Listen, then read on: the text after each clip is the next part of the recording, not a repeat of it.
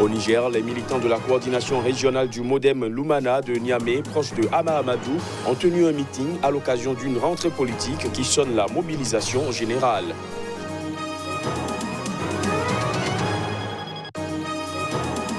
Au Malawi, plusieurs milliers de personnes sont descendues dans les rues de plusieurs villes du pays pour dénoncer une nouvelle fois la réélection du président Peter Mutharika. On en parle dans cette édition.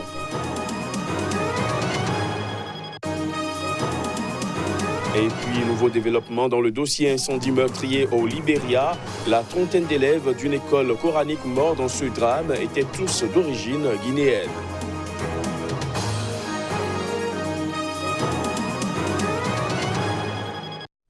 Voilà pour les titres. Bonsoir à tous.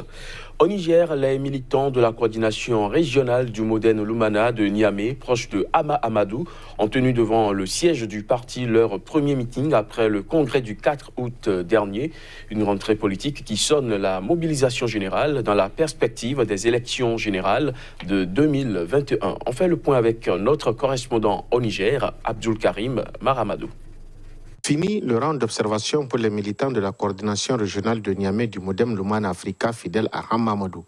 Ils ont officiellement effectué leur rentrée politique sous la direction du président de la dite coordination en présence du tout nouveau président par intérim élu lors du congrès du 4 août dernier ainsi que de plusieurs membres du bureau politique et députés nationaux.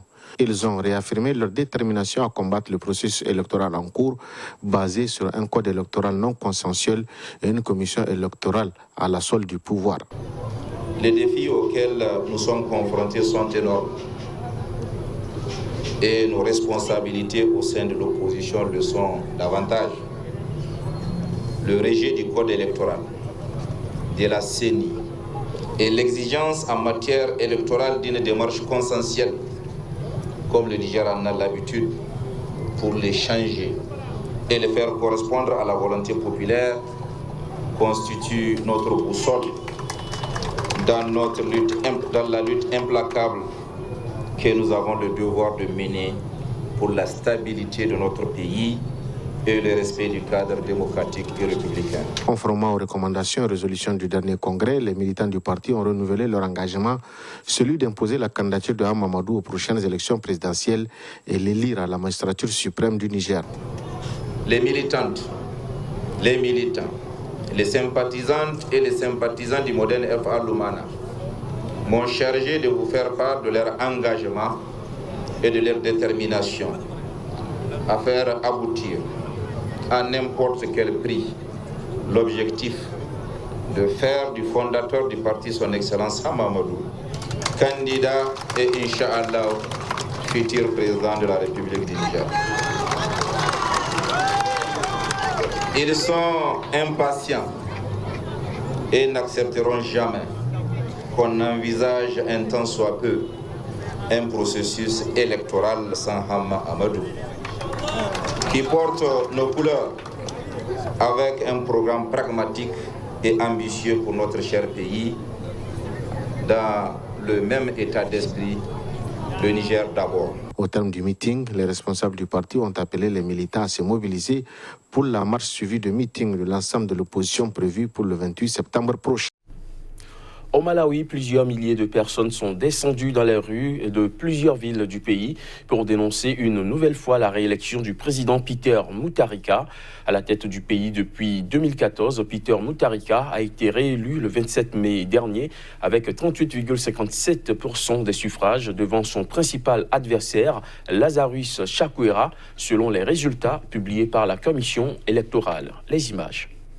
Les manifestations visant à destituer la chef de la commission électorale du Malawi ont repris ce mercredi, 2 jours après l'expiration d'une suspension de 14 jours ordonnée par la Cour suprême du pays pour permettre la médiation entre le gouvernement et les dirigeants protestataires. Des milliers de manifestants se sont rassemblés dans la capitale Lilongwe à l'occasion de manifestations qui ont appelé la présidente de la commission électorale du Malawi à démissionner pour avoir géré les élections contestées de mai. Je pense que l'exécutif du gouvernement nous a laissé tomber sur la question de Jane Ansah. Nous voudrions que le Parlement intervienne. Mais nous continuerons à faire pression sur le gouvernement et le Parlement. Cette femme nommée Jane Ansah est mentionnée partout et a secoué ce pays.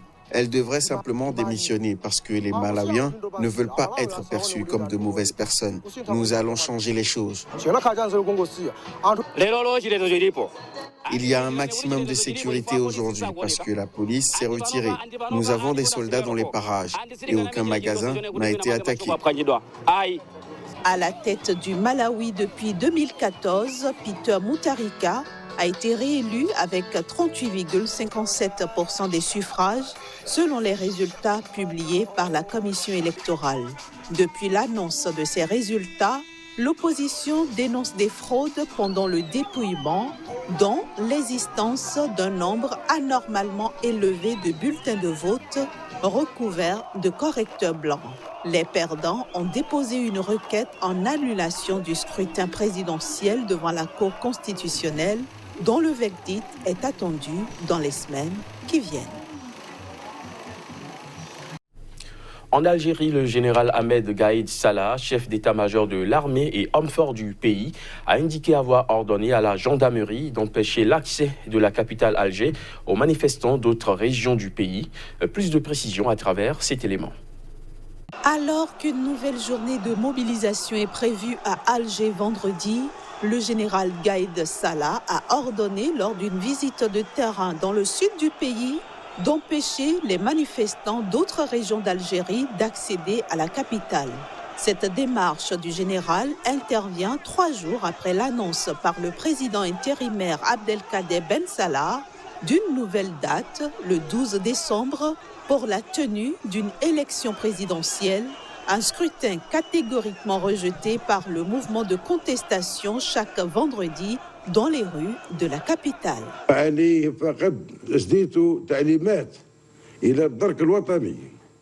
J'ai donné des instructions à la gendarmerie nationale de traiter ces actions avec fermeté, en appliquant les lois, notamment en arrêtant les véhicules et les cars utilisés pour ramener les manifestants dans la capitale, en les saisissant et en infligeant une amende à leurs propriétaires.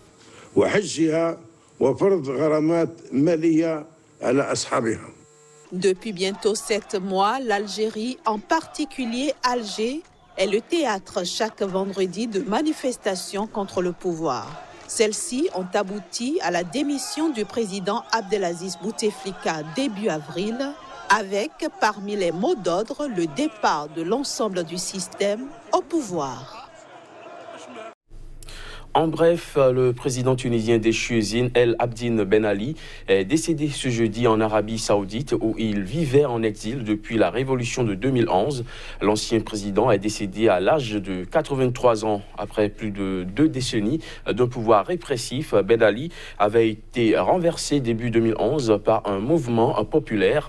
Il avait fui le 14 janvier 2011 dans des conditions rocambolesques vers Jeddah en Arabie Saoudite où il vivait depuis en exil avec sa famille. Des rumeurs sur sa mort ont circulé à plusieurs reprises ces dernières années.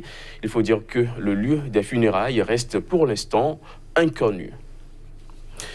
2 ex-chefs de milices centrafricains dans le collimateur de la Cour pénale internationale. La procureure Fatou Bensouda a déclaré ce jeudi vouloir les poursuivre pour crimes de guerre et crimes contre l'humanité. Voici les détails. Patrice Edouard Ngaïsona, président de la Fédération centrafricaine de football, et Alfred Yekatom, député, sont les 2 centrafricains concernés. Les 2 hommes, anciens chefs de milice anti-Balaka, sont accusés par les services de la procureure Fatou Bensouda de meurtre, viol, actes de torture, mutilation, destruction de biens et de bâtiments religieux, attaques contre des civils et enrôlement d'enfants soldats.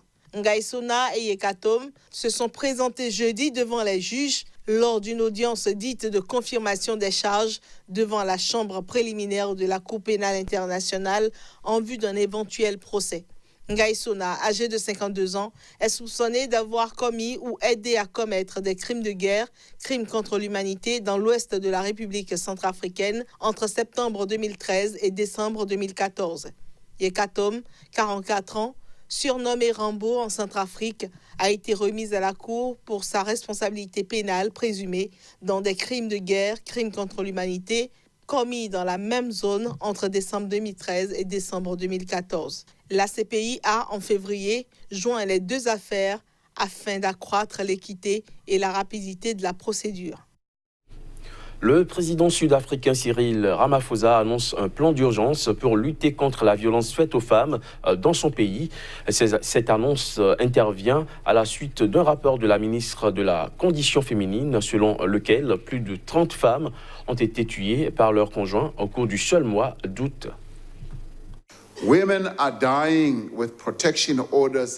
Des femmes meurent avec des ordonnances de protection dans leurs mains.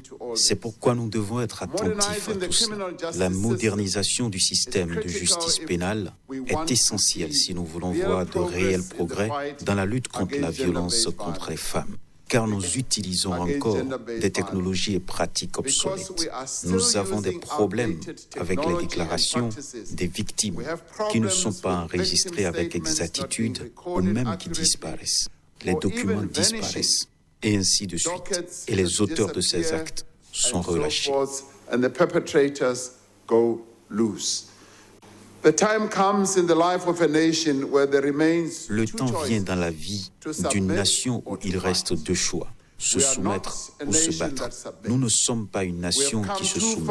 Nous sommes allés trop loin pour nous abandonner à l'intolérance, à la misogynie et à la violence. Le fait que nous soyons réunis ici aujourd'hui, unis par notre détermination, à surmonter ce problème montre la force de notre détermination.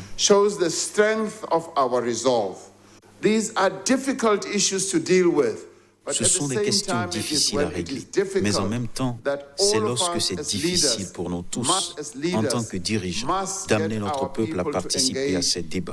Travaillons donc ensemble pour que nos gens puissent vivre les meilleurs moments qui soient.